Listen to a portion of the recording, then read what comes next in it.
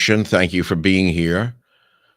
There's no phone number, but there's a chat board. You can chat with me while I'm speaking with you. Today's show will be very, very brief. It's about a dream I had last night, and that's why it's called 555, The Mystery of Numbers. You see, what happened was this. Um, I went to sleep early, rainy night, West Coast, switched from sort of summer to autumn ish, almost winter overnight. It was a rainy, cold night, which I love, gloomy outside. And I cooked dinner as usual, very mild dinner, small dinner, watched some TV, drank some red wine, first time of the season. And normally I drink only white wine. Red wine, very heavy. I knew it would put me to sleep. I fell asleep like a rock. 2 glasses, my maximum. And here's the odd part. I got up. I heard a thunderclap, a boom. So at first I said, wait a minute, are we at war with Russia? Did one of their nukes launch something in the stratosphere? What the hell is going on? I am worried about war with Russia right now, to be honest with you. This Ukraine-Russia war has got to come to an end. And the whole thing has to stop. The golden toilet should end it. If anything ends it, with Zelensky building mansions all over America. I mean, come on already with this. But let's put that aside. So I wake up, I walk in the kitchen, and in the kitchen there's a number of clocks. One is an old digital clock that's on the kitchen stove, which I cook on. And guess what time it was? 5:55. So I'm into numerology. Occasionally I've gotten up with the numbers lined up, like you're at a casino and you look to have numbers line up, right? Or 4 roses or whatever. I've gotten up at a 333. I got up once at a 444. So last night it's 5:55 on the clock on the stove and a thunderclap boom. And I say, this has meaning. So I look up, what is the meaning of 5:5? Thank God there was no war with Russia. There was no war with Russia. I don't turn the news on at 5 in the morning. I just couldn't start the nonsense of the news. First of all, I can't take any more mesothelioma ads, the disgusting verminous lawyers, the fake victims. I can't take any of it. So I don't watch the news, especially so what's the meaning of the number 555 in the Bible? Well, it's very interesting.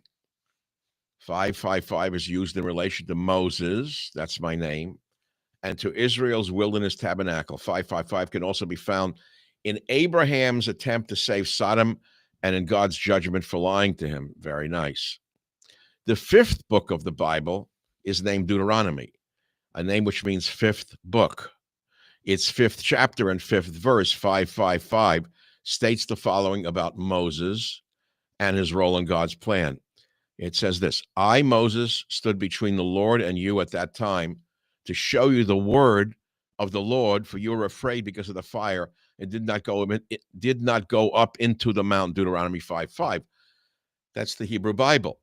Multiple fives, 555, confirm Moses's role as the mediator of the old covenant between God and the children of Israel. I don't know that it's an old covenant. To me, it's a covenant. So it also confirms him as an intercessor to the Christian people. Moses was to them a type of Jesus, according to 1 Corinthians 10:2. So what does this mean? I don't really know what it means. I'm a go-between between God and the people. I think anyone in the media is supposed to be. I've been for 30 years. Multiple fives are involved in Abraham's negotiations with God to save the sinful cities of Sodom and Gomorrah. So what does that mean? What's my role? 555.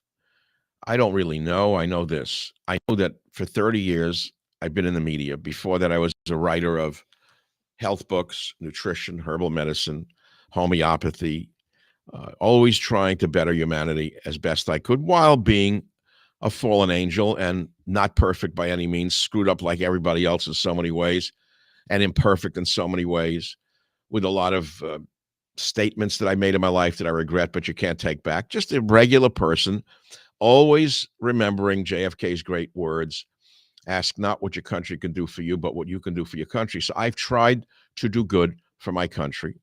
And in my books, you could decide for yourself whether they are good. And I mean, even the political books, but not only the political books. I mean, going back to Earth Medicine, the Herbal Bible, things like that, Nutrition Against Aging, Maximum Immunity, and soon to be re-released, Reducing the Risk of Alzheimer's, which should be out shortly. But what I'm getting at is I don't have any delusions of grandeur, not anymore. I mean, there were times at the peak of my success in the radio business, and it happens to a lot of people when they become very prominent in the media. They start to confuse themselves with a prophet, or they confuse themselves with some kind of role that they're really not made for or even capable of. And we all think that we're greater than we are when we're in the media. At the end of the day, we're flesh and blood like everyone else, but we don't know it when we're in the media. We think that we're special and God picked us for this, picked us for that. We don't really know until it's over, and then it's too late to look back because we're nothing but, ashes to ashes and dust to dust. So the dream, 555, the thunderclap and the boom. What did it mean? The mystery of numbers. Well, I had a dream prior to the 555, the mystery of numbers. And the dream that was prior to the 555 time on the clock was very telling. Tell me if you think this ties together. Interpret this dream with me. It was a very prosaic dream. I was in a house, one of the houses that I live in, a house I used to live in regularly, and I was looking up at the ceiling. I remember it started to rain heavily yesterday, and I saw the ceiling getting sopping wet, and I was afraid the whole ceiling was going to collapse, and all of the water was going to come down into my house. So overtly obvious. I mean, so obvious what that is. And so I asked myself, 555, the mystery of numbers. Could it be that I'm here to talk about how do we keep the roof on our consciousness and keep out the rain? Remember the Beatles song? I'm fixing the roof, but the rain comes in. It came to me today. I'm fixing the roof, but the rain comes in. What does that actually mean? Well, I interpret my dreams every morning if I have them and they're vivid. And as I said, they were quite vivid last night. Roof, rain, thunderclap, clock, 555, the tetragrammaton, or 4 Hebrew consonants used to represent God's proper name in the Bible, is found 555 times in the original written language of the book of Jeremiah, if you read it carefully. The tetragrammaton, or 4 Hebrew consonants used to represent God's proper name in the Bible, is found 555 times in the original written language of the book of Jeremiah. This stuff has tremendous meaning to us if we can only read the signs. And there are a lot of other references to 555 in the Bible, both the Jewish Bible and the Christian Bibles. Talk a lot about 555. And I think I've talked about it to the extent that I can today. There's not much more I can say today, but it's about Abraham bargaining with God to spare the sinful cities of the plain, such as Sodom, Gomorrah, Admah, and Zeboim, and possibly others from the wrath of God. And so God and Abraham, Abraham starts to talk with God and he starts to negotiate with him. And Abraham begins by asking if the cities be spared destruction if 50 righteous found in them. Genesis 18:24. He then proposes that the cities be saved if only 45, less than the 50, are found. Interesting. Think about that. That goes to many other things that occur in the Christian Bible about find 5 men who are pure in essence. So as Abraham draws near and says to God, wilt thou also destroy the righteous with the wicked? That's an interesting statement. Why are the righteous also suffering? Why do the righteous also suffer with the wicked? Whether it be in ancient times or in modern times, the righteous and the evil all suffer together. So this is about Abraham's relationship with God, 555. And I, as Michael, Moses, Moshe, Moses, that's my name. You could call me Moses if you wanted to. I'm an interlocutor, as we all are. The point is, I'm trying to say to you is, I'm not really special in that regard. I told you at times I thought I was, but I don't have a messianic complex, despite what many of you may think. There are those in the media who do have messianic complexes, and they think that they're chosen specifically to speak to God and for God. I don't believe that at all. I believe I have a role to play, and I believe my role to play is to play. And that means play seriously, play meaningfully, make your words count. And that's the end of the story. So I've been talking to God since I can remember thinking. And I speak to God as often as I can. And I veer off course as often as you do, I guarantee you. But the fact is, numbers, what do they mean? So when I say 555, the mystery of numbers, how do we keep the roof on our consciousness and keep out the rain? I'm fixing the roof, but the rain comes in, as I said, the Beatles song. So what does that mean? It means the dream, the flat roof that's getting soggy, and I'm afraid the rain's going to come in. It means that unless you protect your brain, in fact, your whole being, the rain will come in. The pollution of our world will enter your brain, will enter your psyche, will enter your body, and cause great destruction. So you have to build up a shield in your brain, just as you build up a shield in your body to keep your body healthy. We all do that every day. Most of us who are conscious make conscious decisions every day to keep ourselves healthy. We don't eat strawberry shortcake every day. We don't pour salt on all our food. We don't eat heavy cream and dairy and butter anymore. Everyone knows not to do that, except the people who are off track again. And what we do is we make rational choices to keep out the rain from our body, to keep our bodies as healthy as long as we can on this earth. If you want to call it a shell, and that we pass on, we drop our shell, or the shell dies off and our spirits go to heaven or to the other place. That's a theory. That's a belief system. I can't say I have any special knowledge of that. But don't you think that we have to protect our consciousness, particularly from the rain coming in? Do I have to spell out what the rain is in our society? The confusion, the doubt, the political, the poison, the toxic poison that is out there. You can name it any way you want, but it's out there wherever you go. And it tends to poison us, which is why the pious in all religions don't watch television. They generally don't go on social media. They only read their holy books, no matter what their religion may be. Judaism, Christianity, Islam, devout Hindus, Zoroastrians, whatever your religion may be.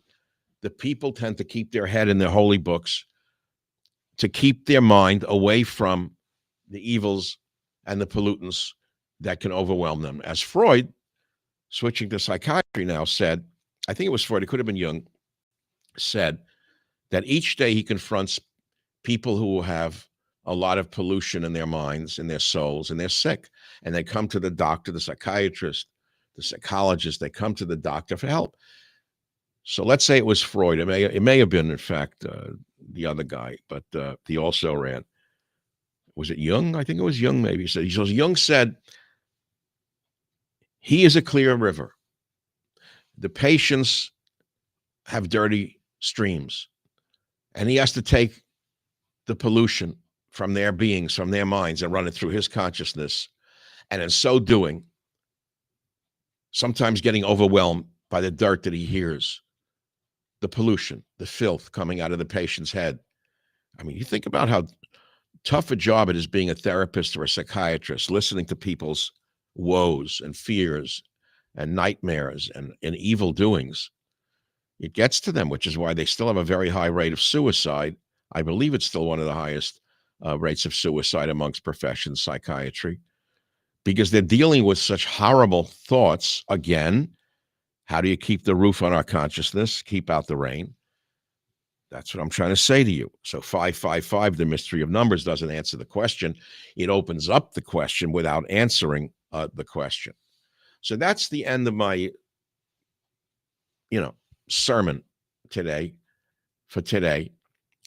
I have more that I could talk about in my revelations. My dreams are interesting to me. To me, each night is a mystery where my mind and imagination are going to go. I don't fear it. Sometimes I have nightmares. Very rarely do I have a funny dream or a laughable dream. They're very telling. They're all mysteries to me. I don't fear them. Sometimes I lay down and I say, I wonder where I'm going to go, where my mind is going to go tonight. So it goes wherever it goes. Now, we can interpret what all of these things mean. Why do we dream to begin with? What are dreams? That's a secondary question. I remember the years I was collecting plants in the Fiji Islands. I would ask my Fijian friend, I say, Domenico, I had a bad dream last night that this or that happened. And he laughed. He had a great way about him. He says, oh, Michael, we believe the opposite's going to happen from your dream. I mean, you're just telling me like a child, don't worry, you're not falling off that cliff, that kind of thing. But we do have premonitions in our dreams. I sometimes dream of long lost friends who I haven't heard from, and I'll get an email out of nowhere or a call or hear that so-and-so died without having been in touch with them a day or two or three before the actual news comes to me. And I think we're all capable of being tuned in to these things, which is what children, young children, before they're educated and they lose their connection to the eternal, can do. We all know that. That's why we love children so much. That's why children need to be protected at all costs, because they're so innocent and beautiful and pure and so in touch with the eternal. You can see it on their faces if you love children. If you're a parent, you can, if you've seen a child born from woman, and as a man, there's nothing more miraculous. Nothing more miraculous what the woman has to do to bring us life on this earth. We hear all of this crap about trans this and fake men think they're women. You don't know what the hell you're talking about. You could put on the lipstick, honey. You could wear the heels, darling, but you're no woman. You can't bear a child. Do you understand what that means? That the woman's body gets torn up to deliver life to this world? And she sacrifices her youth and her beauty in many ways to give birth to that child, which is why women need to be protected at all costs in our society. Forget that they don't want to be, the radical feminists. That's irrelevant. Any man knows he's to hold the door open for a woman, even if she slams it in his face. Forget the mean-faced, clipped-haired Mamdani voters in New York from Brooklyn. Any man from my generation held the door open for a woman. If she didn't say thank you, you didn't say anything. That's the way it was. And we also knew that if there was an emergency, it was women and children first to be rescued, not men. We were told not to jump into the lifeboat first. We were told to let the women and children go in first. That's how I was raised. So women should be put on a pedestal in our society, despite the horrors that we have seen coming out about and for and aimed at from the whole women's movement. They poisoned our love of woman. They poisoned a whole generation or more of our love for women and our natural instincts to protect women. Again, how do we keep the roof on our consciousness? And how do we keep out the rain? How do we keep out the rain of the radical mad dog feminists? It's simple. Pay no attention to them. Make believe they don't exist. And so if I go back to 555, the mystery of numbers and the dream of the rain coming in on the roof, and then I tell you about my dreams and my interpretations of dreams, I'm telling you the truth. I'm telling you the way I see the world. And the world that I see is no longer the world it is. You think I don't know that? I'm literally from another world. The world I grew up with is dead. It's gone. We're not living in a brave new world. We're living in an unbrave old world. And with the currents that are being seen in our nation and around the world, we could easily enter into 1,000 years of darkness led by the radical Islamists if we're not careful. If we fall for the big lie of Islamophobia, we're finished. They'll hang us by our own petard of kindness and compassion. which is exactly what they are doing already. One word against Mamdani, and you're already fill in the blank, Islamophobic. No, you're not. You're protecting yourself from suicide. Ask the Nigerian Christians. And when you go online and you say Muslims say to you, you're being hateful if you say this or that, ask them why they don't talk about their co-religionists killing black Christians in Nigeria. Why do they have nothing to say about that? Why are they obsessed with Israel fighting a life or death battle against Hamas? At some point, you have to understand it's kill or be killed in the world. It's that simple. You can't take both sides and say you see both sides. It's not going to work. Because when they come for you, there's going to be no one there to protect you. And they're not going to protect you just because you said you were good online to Mamdani when he came along. Or did you like Tucker Carlson or the little mini Goebbels, Nick Fuentes with the no chin? A little repeating history of Goebbels, the little associate arts degree dropout of no intellect whatsoever, found a new cause, hate Jews and make believe he only hates Israel. And look how far he's gotten, this nobody. No education, no publications, no contribution to humanity except hating Jews under the guise of being an anti-Zionist. This too shall pass. He will not be around for very long. I can guarantee that. You can take that to the bank. Tucker Carlson, remember, I have a Sunday TV show on Newsmax. I worked very hard at it all week to do that half-hour show. My first show in January of this year I had a very remarkable first show. My first guest was Tucker Carlson. I never thought he would agree. He agreed to go on, and he was very polite, very friendly. It was a reasonable. He never brought up any of this crazy stuff. And I've watched the devolution of a man who was an otherwise very intelligent, competent person. It looks like he has devolved into madness. It's like I'm watching not The Heart of Darkness by Conrad, but another novel by Joseph Conrad, sort of like The Heart of Darkness, a little bit of that. What was that movie where the guy went upriver in Vietnam and got lost in the jungle and never came back, played by Brando? Anyone remember that? Was that called The Heart of Darkness? I don't know. The point I'm making is Tucker went into darkness, and I think he's never going to come out of it. I think he's lost his mind. When I read the story last week, forget the Israel thing. That's a shtick of his to keep his mojo going in the media. I'm talking about a man who says he woke up in bed last week, sleeping with his wife and 4 dogs in bed, and he had scratch marks all over his body and he was bleeding. Apocalypse Now. Thank you, my friends. It's almost as good as radio. It's like, okay, that's madness. Anyone who would say they woke up in the morning with their body full of scratch marks and they were bleeding and demons came in the bed and did it to him is insane. He's functionally insane, in my opinion. And it's very sad. So what I think happened is Tucker went so far afield of who he is as a person into I'm not really a Jew hater. I hate Zionism. I don't really hate Israel. I hate Netanyahu. I think he went so far into the heart of darkness, into the apocalypse of his own mind, that he lost his mind and he doesn't know where he is. And I think the rebound that he got from people he normally respected has shattered his own image of himself, and he could not keep the roof on his own consciousness and keep out the rain. That's what I think happened to him. I'll give you some other examples if you want, since I'm on a roll here with the keep out the rain. I mean, I can give you some other examples of people who I think are cracking up and falling apart.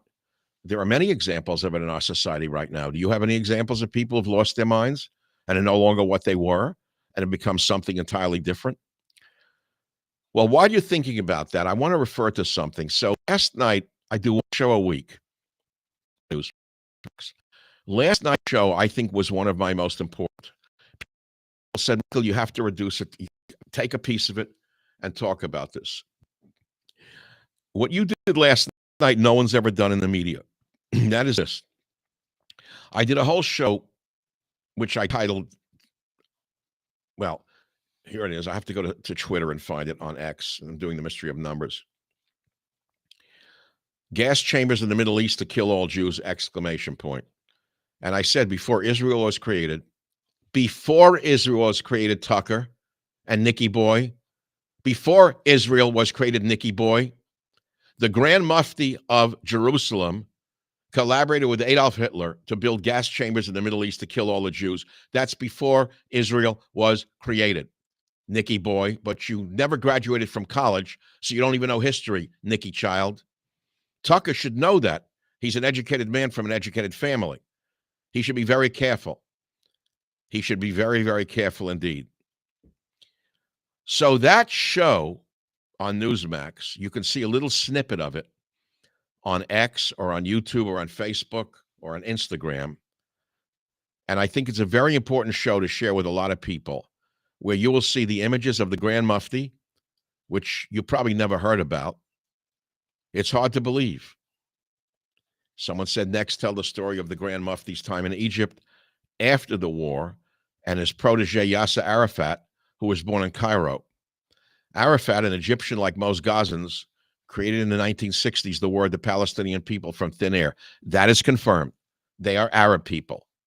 They are Arabs. The son of the founder of Hamas said that himself. He said that when he was born, he was an Arab, proudly so. And he said then he was told he should only refer to himself as a Palestinian. That is a propaganda trick to create a victimhood. So you can watch it if you wish by going on to X, and you could see it for yourself with all of the graphics that confirm what I am saying. And I hope that you share it with 10 people. It's very important that you understand this needs to be fought with. The Red-Green Alliance right now is more powerful in America than it's ever been in history.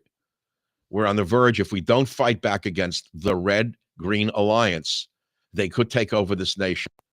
And that would be the end of America, as you know it, and all our freedoms would be lost. And the Red-Green Alliance is clear. That's Bernie Sanders, the foaming mad, hysterically crazy, anti-American communist bastard from the Bronx. One of the most evil sons of bitches I've ever seen in the world. He literally looked like he was salivating, jumping around on the stage when Mamdani won. This old son of a bee, this old Bolshevik bum, Bernie Sanders, is the red of the Red-Green Alliance. The Red-Green Alliance. The green is the PLO, Red-Green Alliance. They must be stopped. And the only way to stop them is with the truth. And that is why God gave me the ability to do that show last night. You can see it on X. You can see it on YouTube. You could see it on Facebook. And share it with 10 people. Teach your children that before the state of Israel was created, some of the radical Muslims, like the Grand Mufti of Jerusalem, was meeting with Hitler to build gas chambers in the Middle East and kill all the Jews. This is before the state of Israel was founded. Take that to the bank, Jank. Put that in your pipe and smoke it, Tucker. And that's all I really have to say. I don't want to repeat myself. I would recommend you watch that video. It's really important, and you could share it with people. I don't know whether this explains the mystery of numbers. I do know that I talked about how to keep out the rain from our mind. And there is a great statement, I believe it's from the Bible, which is that the truth shall set you free. It's the only thing that can free us.